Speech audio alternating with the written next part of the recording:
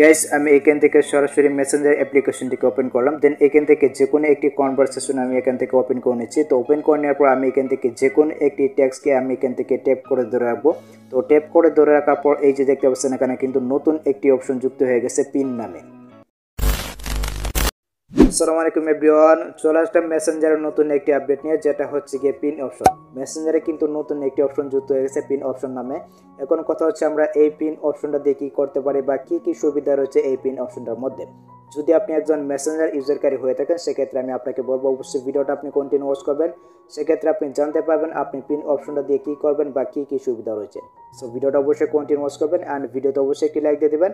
চ্যানেলে যদি আপনি নতুন দর্শক হয়ে থাকেন তাহলে অবশ্যই চ্যানেলটিকে সাবস্ক্রাইব করে এই চ্যানেলের সাথে থাকবেন। ওকে, তো আমি জাস্ট এখান থেকে মেসেঞ্জার অ্যাপ্লিকেশনটিকে ওপেন করে নিচ্ছি। তো ওপেন করার পর ঠিক এরকমভাবে কিন্তু একটি ইন্টারফেস শো করবে অ্যান্ড আপনি এখান থেকে যে কোনো একটি কনভারসেশনকে আপনি এখান থেকে ওপেন করে নেবেন। আমি এখান থেকে কনভারসেশনটিকে ওপেন করে নিলাম।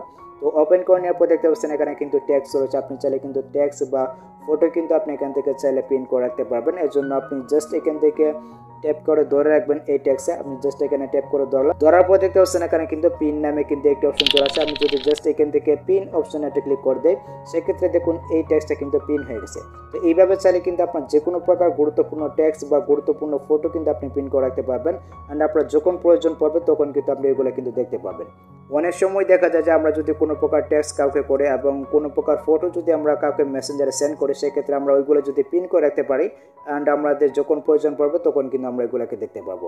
তো দেখার জন্য আমরা জাস্ট এখান থেকে যে এই অপশনটাতে ক্লিক করে দেবো। তবে আমি মনে করি এই অপশনটা মানে খুবই গুরুত্বপূর্ণ। ফেসবুকে আমরা যেভাবে যে কোনো প্রকার ভিডিও বা যে কোনো প্রকার পোস্ট আমরা যেভাবে সেভ করে রাখি তো ওটাই মূলত একই, ঠিক আছে। মানে এটা পিন অপশনটা ঠিক আছে এটার কাজ দিবে।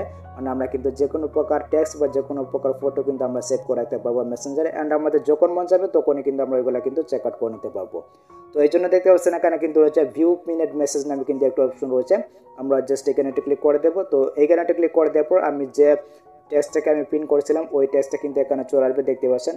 অ্যান্ড আপনি এখানে যে কয়টা টেক্সট বা যে কয়টা ফটো আপনি এখানে পিন করে রাখবেন ওই কয়টা ফটো বা ওই কয়টা টেক্সট কিন্তু আপনি এখানে দেখতে পারবেন অ্যান্ড আপনি চাইলে কিন্তু এখান থেকে আনপিনও করতে পারবেন। আপনি জাস্ট এখান থেকে এই টেক্সটে ট্যাপ করে ধরবেন। তো ট্যাপ করে ধরার পর আপনি জাস্ট এটাকে এখান থেকে আনপিনও কিন্তু করে নিতে পারবেন। বা আপনি যদি চান যে এখান থেকে আনপিন করবেন না তো আপনি চাইলে কিন্তু এখান থেকে কিন্তু আপনি আনপিন করতে পারবেন। দেখতে পাচ্ছেন এই টেক্সটটাকে আপনি জাস্ট ট্যাপ করে ধরবেন, দেন এখান থেকে আনপিন অপশন ক্লিক করে দিলে কিন্তু এটা আনপিন হয়ে যাবে।